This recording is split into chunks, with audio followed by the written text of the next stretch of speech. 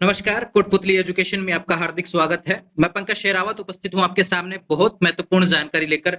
जी हाँ, एक वैकेंसी का नोटिफिकेशन आउट हुआ है, क्लर्क की वैकेंसी है, बैंक की नौकरी है, ये ध्यान रखें। Institute of banking personal selection. अगर मैं यह बोलूँ तो आपको समझ में नहीं आएगा, लेकिन आईबीपीएस की वैकेंसी है क्लर्क की, तो आप बिल्कुल समझ जाएंगे कि यह बैंक की वैकेंसी है। आईबीपीएस को फुल फॉर्म बहुत कम लोग मतलब कि जान पाते हैं एक तरीके से देखे तो, लेकिन आईबीपीएस तो अक्सर आप सुनते हैं, काफी नोटिफिकेशन भी देखते रहते हैं। तो ध्यान रहे, आईबीपीएस क्लर्क की वैकेंसी का नोटिफिकेशन आउट हुआ है। यहाँ पर फोरम शुरू हो गए हैं, आज से 1 जुलाई से फोरम शुरू हो गया है।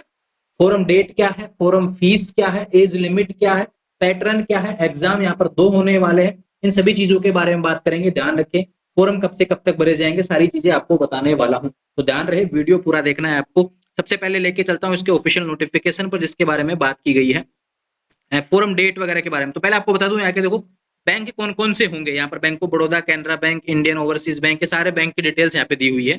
अब मैं आपको बता देता हूँ, ध्यान रखें, ये डेट्स यहाँ पर फोरम की है भैया।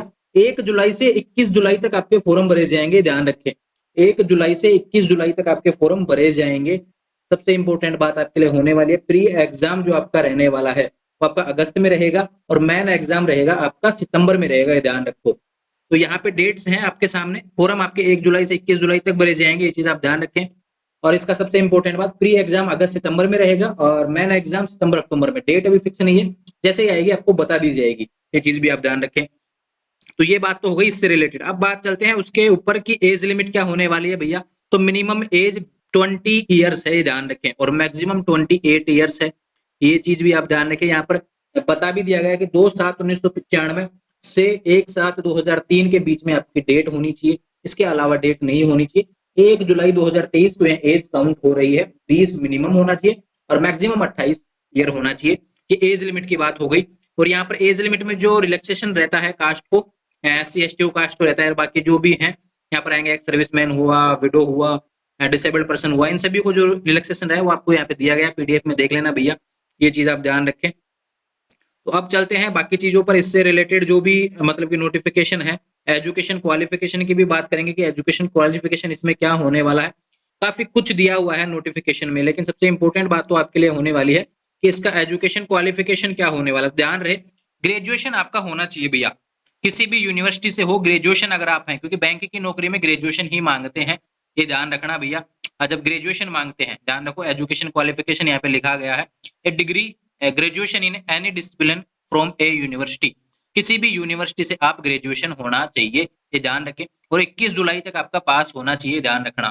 फोरम डेट तक आपकी ग्रेजुएशन पास हो जानी चाहिए, ये ध्यान रखना, यानी कि रिजल्ट वगैरह जो आने हैं वो आ जाने चाहिए, तो आप आवेदन कर सकते हैं। अपीयरिंग वालों का सवाल इसमें खत्म हो जाना चाहिए।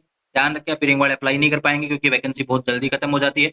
अपीयरिंग का आपको मतलब ही नहीं है, क्योंकि ये ध्यान रखो, फोरम अभी चालू हो रहा है इसका जुलाई में, अक्टूबर में एग्जाम करवा रहे हैं, मेंस करवा रहे हैं, उसके बाद में तो रिजल्ट आ जाएगा दिसंबर तक, तो ज्वाइनिंग आ जाती है, इसमें ध्यान रखो। तो आपको इसमें मतलब कि ध्यान ही नहीं देना इस चीज पे। बात करते हैं फॉरम फीस के बारे में। तो SC ST कैंडिडेट की यहाँ पर 175 लगने वाली है, जबकि जनरल OBC और EWS के कैंडिडेट है उनकी 850 फीस लगने वाली है।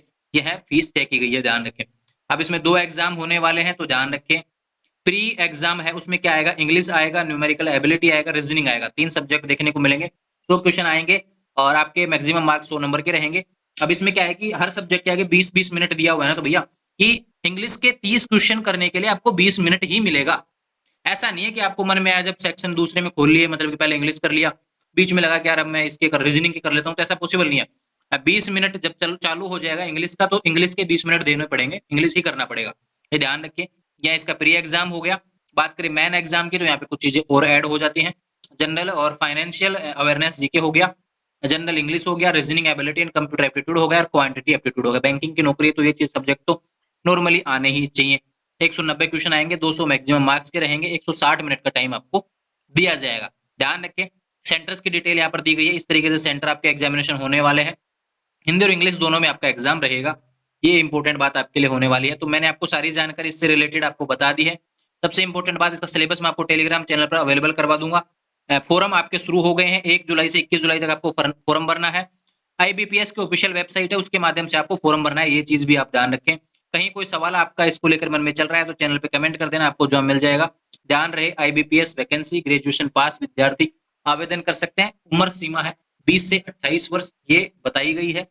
फॉर्म चालू है। SC/ST के लिए 175 रुपए लगने वाली है फीस, और जनरल के लिए OBC EWS के लिए लगने वाली है 850 रुपए फीस रहने वाली है। फॉर्म भर दीजिए। इससे संबंधित कोई सवाल है तो चैनल पे कमेंट कर देना। PDF आपको मैं टेलीग्राम चैनल पर अवेलेबल करवा दूंगा, वहां से पूरा PDF आप देख लेंगे। जुड़े रहें चैनल के साथ, चैनल को सब्सक्राइब करें। Thank you.